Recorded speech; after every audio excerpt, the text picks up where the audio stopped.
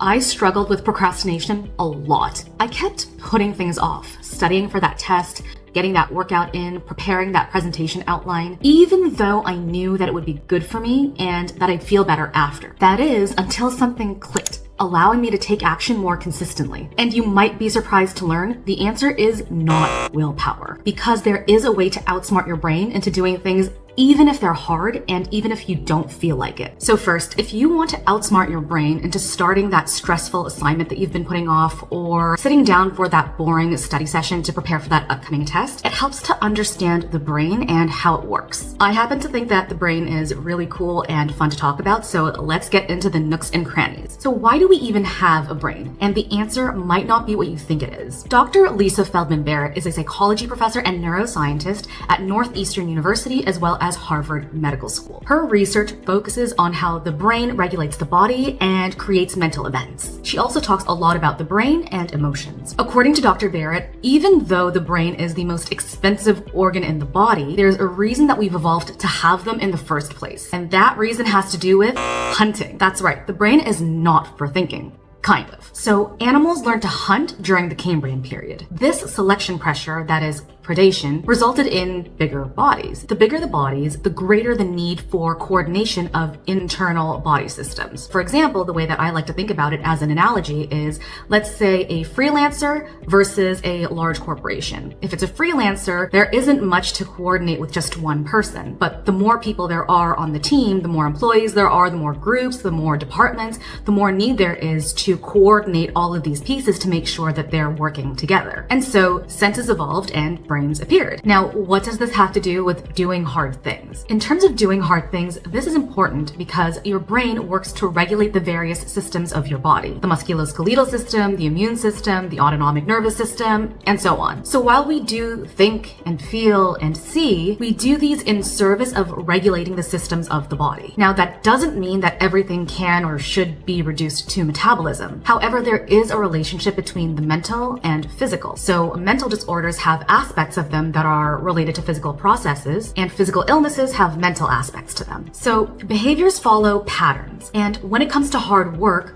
there are two types of resistance that we experience. The first is negative emotions. When you're starting a report or cracking open your book to start studying for an exam, you might start to feel stressed or bored. You might start to imagine how difficult it'll be to get started with studying or to apply for a new job or start a new side hustle, for example. It feels unpleasant generally. Then there's the ego. This is our self-image. It's basically the way that we see ourselves. If you are always told that you're special, you're smart, you're better than most people, this feels great. However, what if you were to venture beyond your comfort zone? You might then avoid that task entirely because you might be afraid that if you fail, you'd prove that you aren't wonderful or special, which damages your self-image. So then you might avoid doing the hard thing to preserve that self-image. So remember, there's a connection between our mind and our body. So if we can understand that resistance and what it's trying to tell us, we can possibly outsmart our brain so that it can work with us instead of against us. Let's tackle the first type of resistance, and that's negative emotions. My first tip is to get curious about the emotion. Consider this. Moments before a big test,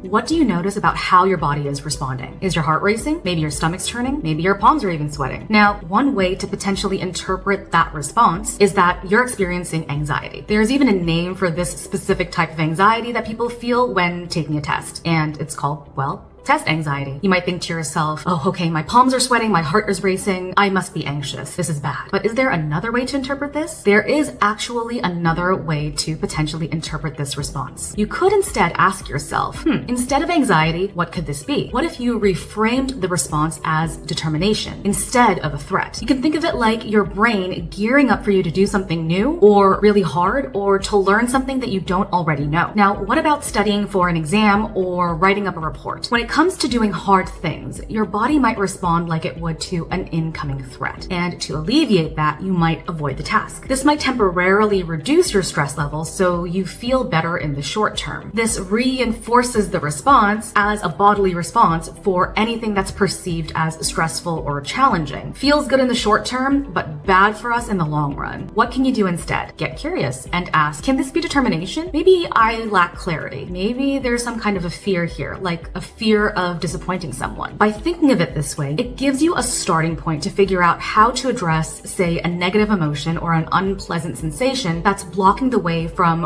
where you are to where you need to be. There's actually a TED Talk about this very topic titled How to Make Stress Your Friend. It's by a health psychologist and lecturer at Stanford University named Kelly McGonigal. There's also this quote from New York Times best-selling author Oliver Berkman, who says that you need to wait until you feel like doing something in order to start doing it. The problem from this perspective isn't that you don't feel motivated, it's that you imagine you need to feel motivated. If you can regard your thoughts and emotions about whatever you're procrastinating on as passing weather, you will realize that your reluctance about working isn't something that needs to be eradicated or transformed into positivity. You can coexist with it. You can note the procrastinatory feelings and act anyway. So my takeaway from this quote is that you can note that feeling of wanting to procrastinate and consider it like passing weather, something that'll come and go, and then act anyway. Just get started. I want to talk about my next tip, which is keeping the steps small. In other words, the 2-minute rule. So for this tip, 2 books come to mind.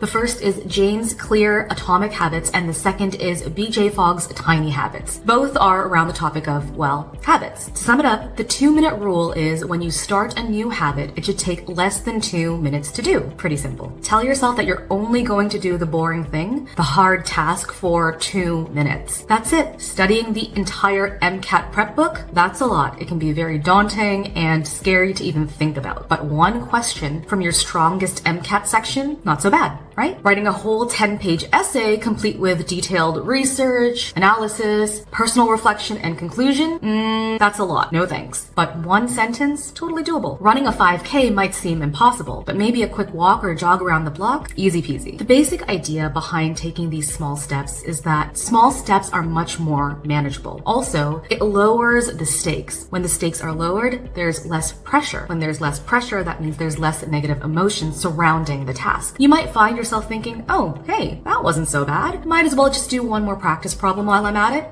Maybe write 1 more sentence, or just run 1 more lap. So instead of staring at a massive, daunting mountain and feeling so intimidated that you quit before you take a single step, breaking down that massive mountain into smaller steps makes it much more doable and easier to actually follow through. Now, at the beginning of the video, I mentioned ego. So let's talk about it. What is ego? There are many different definitions, but for the sake of this video, consider ego to be your self-image, which is formed through the culmination of all of your past experiences. It encompasses who we are, like a mental blueprint, and it shapes our reality. According to Maxwell Maltz's psycho-cybernetics, almost like a machine, your brain keeps a record of your past experiences. That's every failure, success, and interaction. So your self-image is defined by how you interpret and feel about these experiences. Let me give you an example. If you stumble over your words at a party while telling a story, which happens to me all the time, you might say to yourself, oh, I stumbled on my words, which is pretty neutral. Or you could instead tell yourself, I'm a terrible speaker, which then impacts your self-image and may make you feel anxious about speaking up at the next gathering. All your actions, feelings, behavior, even your abilities are always consistent with this self-image. So basically, we act based on what we believe about ourselves. And sometimes your ego can actually push back on you taking action on something if it's afraid of failing. So what can you do about this? First, I want to talk about making it fun. So let me tell you a quick story. While working with students, I remember there was a semester where I was teaching grade 12 students, and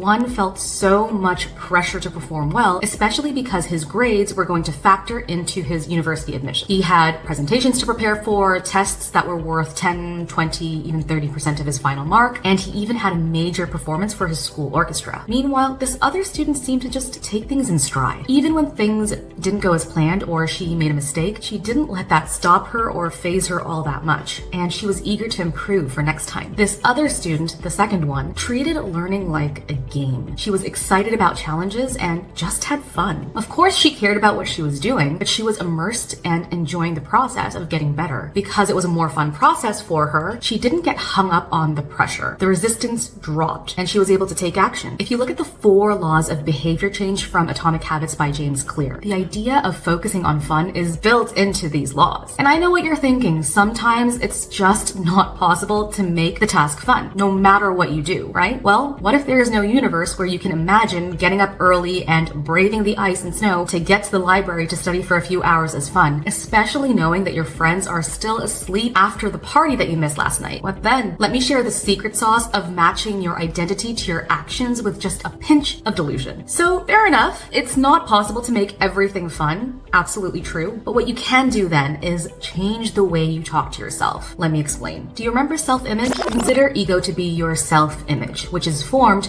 through the culmination of all of your past experiences. So the story you tell yourself, the narrative, makes a difference in how you see yourself, and thus your actions. One example I like is this one. You might tell yourself, I need to work out to get ripped. Thing is, what your brain does then is that it can process that, and instead of actually working out, it resists that, and you end up deciding not to do that instead. Why? Think about it this way. If you need to get ripped, it means that you aren't actually ripped right now. So if you aren't ripped, that means that you probably don't work out. And so if you probably don't work out, then you are not going to work out today. The action of working out doesn't match your identity. What if you tried changing this up instead? What if instead you told yourself, I'm a regular exerciser? If I tell myself that I'm a regular exerciser, that means that I take walks. That means that I go to the gym. That means that I care about my strength and my endurance. The conclusion that my brain would reach then is that, well, I'm going to the gym today because of course I would, naturally. So in this case, doing the boring, hard task is just part of who you are. It fits your self-image as someone who exercises. Obviously, there are limits to this, and you can't just delude yourself into being a billion-dollar company founder or an Olympic swimmer or a neurosurgeon by telling yourself that you are. The main message that I'm trying to get across here is that language and the way that you talk to yourself is important. If you want to outsmart your brain, align your behavior with who you want to become, not necessarily the end result. What that means is, don't say to yourself, I'm a super ripped gym girly. Instead, say, I'm a person who exercises, as an example. One is based on actions, habits, and behavior. The other is more of a daydream or a fantasy. Now, of course, the idea isn't to trick or delude your brain forever, but once you internalize and cultivate these habits of being consistent and doing the hard things, this snowballs into more progress and confidence, and thus more motivation to keep going. So you might see that you can run a little bit faster than before, or that you can lift heavier, or that you can answer more questions correctly, or that you can focus for longer periods of time. This pushes you to keep going. You develop that consistency. You start to love the burn that you feel with a heavy squat, or the cognitive effort of studying really hard and learning deeply. It becomes so ingrained in you that it almost becomes like brushing your teeth in the morning. You wouldn't feel like yourself unless you brushed your teeth. That's what we're going for. Next, did you know that there's something that you can do to reach your goals, even if they're challenging? To do that, you may want to learn about something called the winner effect. Click here to learn more about how to harness the winner effect to reach your goals. And if you found this video helpful in any way, shape, or form, feel free to like, subscribe, or share it with one other person who might want a little bit of a boost on their journey to success. Thank you so much for watching. I will see you in the next video, hopefully. Bye for now, but not forever.